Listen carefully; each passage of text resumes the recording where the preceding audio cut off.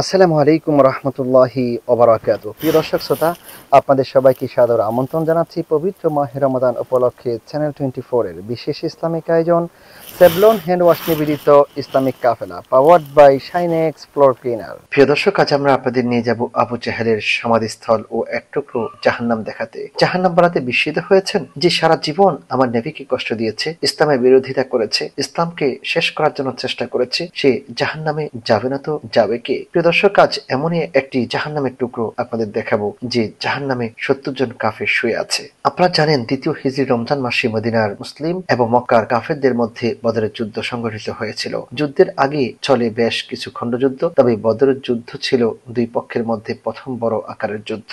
ইসলামের এই প্রথম সামরিক যুদ্ধে রাসূল সাল্লাল্লাহু আলাইহি ওয়াসাল্লামের নেতৃত্বে মুসলিম বাহিনী বিজয়ী হয়েছিল। এই বিজয় অন্যদের কাছে এই বার্তা পৌঁছায় যে মুসলমানরা আরবের নতুন শক্তি হিসেবে আবির্ভূত হয়েছে। এর ফলে নেতা হিসেবে হযরত মুহাম্মদ মুস্তাফা সাল্লাল্লাহু আলাইহি ওয়াসাল্লামের অবস্থান দৃঢ় হয়েছে। আপনারা জানেন, ইসলাম প্রচার শুরু করার পর মুহাম্মদ সাল্লাল্লাহু আলাইহি ওয়াসাল্লাম মক্কার কুরাইশদের পক্ষ থেকে বিরোধিতার সম্মুখীন হন। মুসলিমদের উপর নির্যাতনের কারণে মুসলিমরা মদিনা হিজরত করেন। পরিশেষে মুহাম্মদ সাল্লাল্লাহু আলাইহি ওয়াসাল্লাম নিজেও এক পর্যায়ে মদিনা হিজরত করেন। হিজরতের পরে অবতীর্ণ কোরআনের আয়াতে মুসলিমদেরকে অস্ত্র ধারণের অনুমতি দেওয়া হয়েছে। মদিনায় আসার পর মুহাম্মদ সাল্লাল্লাহু আলাইহি ওয়াসাল্লাম তিনটি প্রধান সামরিক পদক্ষেপ গ্রহণ করেছেন। প্রথমত, মদিনার গোত্রগুলির সাথে শান্তি চুক্তি স্থাপন করা হয়। দ্বিতীয়ত, কুরাইশ ও তাদের মিত্রদের তথ্য সংগ্রহের জন্য গোয়েন্দা নিযুক্ত করা হয়। তৃতীয়ত, মদিনার পাশ দিয়ে সিরিয়াগামী মক্কার বাণিজ্য কাফেলার অভিযান চালানো হয়। এরপর সিরিয়ার পথে যাতায়াত করা কুরাইশদের বাণিজ্য কাফেলাগুলির উপর বেশ কয়েকটি অভিযান পরিচালনা করা হয়। ইতিপূর্বে গাজওয়ে উসাইরা থেকে বেঁচে যাওয়া কুরাইশ কাফেলাটি সিরিয়া থেকে মক্কা ফেরার সময় মুহাম্মদ সাল্লাল্লাহু আলাইহি ওয়াসাল্লাম তাদের তথ্য সংগ্রহের জন্য তালহা ইবনে উবাইদুল্লাহ এবং সাঈদ ইবনে যায়েদকে দূরে প্রেরণ করেছেন। তারা হাওয়া নামক স্থানে পৌঁছে কুরাইশ কাফেলার অপেক্ষা থাকেন এবং কাফেলা ওই স্থানে অতিক্রমের সময় তারা মদিনায় ফিরে ঘটনা অবহিত করেন। কাফেলাটি 1000 উট এবং এসব উটে 50,000 স্বর্ণ মুদ্রা মূল্যের মালামাল ছিল। রক্ষণাবেক্ষণের জন্য কাফেলায় রক্ষী ছিল 40 জন। আক্রমণের আশঙ্কায় কুরাইশ কাফেলার নেতা আবু সুফিয়ান যাত্রাপথে সাক্ষাৎ লাভ করা বিভিন্ন কাফেলাগুলির কাছ থেকে মুসলিম বাহিনী সম্ভাব্য অভিযানের ব্যাপারে তথ্য নিচ্ছিলেন। ফলে তিনি মুসলমানদের আক্রমণের খবর পান। তাই সাহায্য চেয়ে জমজম ইবনে আমর গিফারিকে বার্তাবাহক হিসেবে মক্কায় পাঠানো হয়। সে দ্রুত মক্কায় পৌঁছায় এবং তৎকালীন আরব রীতি অনুযায়ী উটের নাক চাপড়ায়, আসন পাল্টিয়ে দেয়, নিজের জামা ছিঁড়ে ফেলে এবং উটে বসে ঘোষণা করে যে মক্কার কাফেলা মুসলিমদের হাতে আটকা পড়েছে। এই খবর শোনার পর মক্কায় আলোড়ন শুরু হয়। দ্রুত 1300 সৈনিকের এক বাহিনী গড়ে তোলা হয় মক্কা আল মুকাররমাতে। আবু জেহেল বাহিনীর প্রধান হয়। এই বাহিনীতে অসংখ্য উট এবং 100 ঘোড়া, 600 লৌহবর্ম ছিল। 9 জন সম্ভ্রান্ত কুরাইশ রসদ সরবরাহের দায়িত্ব নিয়েছে। বাহিনীর জন্য দৈনিক কখনো 9টি আবার কখনো 10টি উট জবাই করা হতো। আবু জেহেল, উতবা, শাইবা, আবুল বখতারি, হাকিম ইবনে হিজাম, নফল ইবনে খুয়াইলিদ, হারিস ইবনে আমির, তুয়াইমা ইবনে আদি, নাদার ইবনে হারিস, জামা ইবনে আসওয়াদ, উমাইয়া ইবনে খালাফ সহ মক্কার অনেক অভিজাত ব্যক্তি মক্কার বাহিনীতে যোগ দিয়েছিল।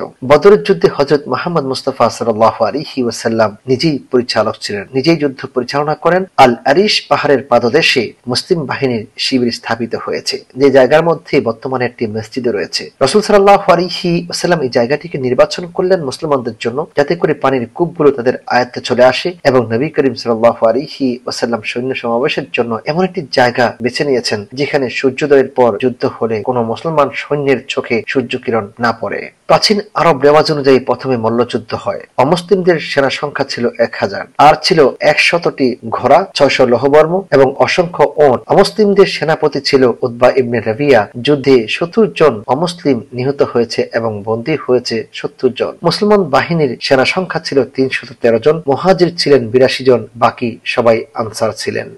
প্রিয় দর্শক, আপনারা দেখছিলেন আপনার প্রিয় অনুষ্ঠান সেভলন হ্যান্ড ওয়াশ নিবেদিত ইসলামিক কাফেলা। সময় হয়েছে বিরতিতে যাব একটি বিরতিতে, ফিরবে একটু পরেই, সঙ্গে থাকুন। প্রিয় দর্শক, বিরতির পর আবারও স্বাগত জানাচ্ছি পবিত্র মাহে রমাদান উপলক্ষে চ্যানেল 24 এর বিশেষ ইসলামিক আয়োজন সেভলন হ্যান্ড ওয়াশ নিবেদিত ইসলামিক কাফেলায় powered by Shinex floor cleaner. আউস গোত্রের 61 জন এবং খাজরাজ গোত্রের 170 জন মুসলিমদের ওঁট ও ঘোড়ার সংখ্যা ছিল যথাক্রমে 70 এবং 2টি, অর্থাৎ ওঁট ছিল 70টি, ঘোড়া ছিল মাত্র 2টি। যুদ্ধে মুসলিম বাহিনী 14 জন সাহাবায়ে কিরাম শহীদ হয়েছেন। এই যুদ্ধের উল্লেখযোগ্য ঘটনা ছিল নবী করিম সাল্লাল্লাহু আলাইহি ওয়াসাল্লামের প্রধান শত্রু আবু জেহেল নিহত হয়েছে, যার কথা আমরা বলছি এবং বলেছিলাম যে রাসূলুল্লাহ সাল্লাল্লাহু আলাইহি ওয়াসাল্লামকে মক্কা আল মুকাররমার মধ্যে সবচেয়ে বেশি কষ্ট দিয়েছে এবং রাসূল সাল্লাল্লাহু আলাইহি ওয়াসাল্লামকে হত্যা করারও পরিকল্পনা গ্রহণ করেছিল এই আবু জেহেল। প্রিয় দর্শক, আপনারা জানেন বদরের এই যুদ্ধের মধ্যে মুআজ এবং মুআবিজ নামে দুজন কিশোর সাহাবী এই আবু জেহেলকে নিহত করেছে। যুদ্ধ শেষ হওয়ার পর নিহত মুসলিমদেরকে যুদ্ধক্ষেত্রে দাফন করা হয়। নিহত কুরাইশদের লাশ ময়দানের একটি কুয়ায় নিক্ষেপ করা হয়েছে। এই সময় 24 জন প্রধান কুরাইশ নেতার লাশ কুয়ায় নিক্ষেপ করা হয়েছিল, যাদের নাম আমি উল্লেখ করেছি। আবু জেহেল, উতবা, সাইবা সহ যারা মক্কার লিডার ছিল তারা প্রত্যেকেই বদরের প্রান্তরে নিহত হয়েছে এবং তাদের প্রত্যেকের লাশকে এই কূপের মধ্যে নিক্ষেপ করা হয়েছে, যে কূপটি আমরা আপনাদেরকে দেখাচ্ছি। প্রিয় দর্শক, আপনারা দেখতে পাচ্ছেন এই যে সবুজ অরণ্যের মধ্যে এখানে মসজিদ রয়েছে, মসজিদের পাশেই এখানে আবু জেহেলকে দাফন করা হয়েছে। প্রিয় দর্শক, আজ আমরা আপনাদেরকে নিয়ে এসেছি বদরের প্রান্তরে অবস্থিত আবু জেহেলের সেই গর্ত, যে গর্তের মধ্যে আবু জেহেলকে টেনে হিঁচড়ে ফেলে দেওয়া হয়েছে। আবু জেহেলকে এখানে ফেলানোর পর রাসূল সাল্লাল্লাহু আলাইহি ওয়াসাল্লাম দ্বিতীয় দিন তার এই জায়গার মধ্যে এসে এই কূপের পাশে এসে প্রত্যেকের নাম ধরে ধরে ডেকেছেন আর বলেছেন, তোমরা তো আমাকে অবিশ্বাস করেছিলে, আমি তোমাদের প্রত্যেকের ঘরের দরজায় গিয়ে নক করেছি এবং তাওহীদের বাণীর দাওয়াত দিয়েছিলাম, তোমরা আমাকে অস্বীকার করেছো, কিন্তু আজকে তোমরা বলো তো কে সত্য কে মিথ্যা, কে সত্যবাদী কে মিথ্যাবাদী, কে সত্য পথে ছিল কে মিথ্যা পথে ছিল? নিশ্চয়ই তোমরা মিথ্যা পথে ছিলে। প্রিয় দর্শক, যখন কাফির মুশরিকরা একত্রিত হয়েছে, আবু জেহেল যখন 1000 সৈন্যবাহিনী নিয়ে মুসলমানদেরকে নিধন করার জন্য, শেষ করে দেওয়ার জন্য বদরের প্রান্তরে একত্রিত হয়েছিল, তখন রাসূল সাল্লাল্লাহু আলাইহি ওয়াসাল্লাম সৈন্য পরিচালনার পাশাপাশি আরিশ নামক জায়গার মধ্যে তিনি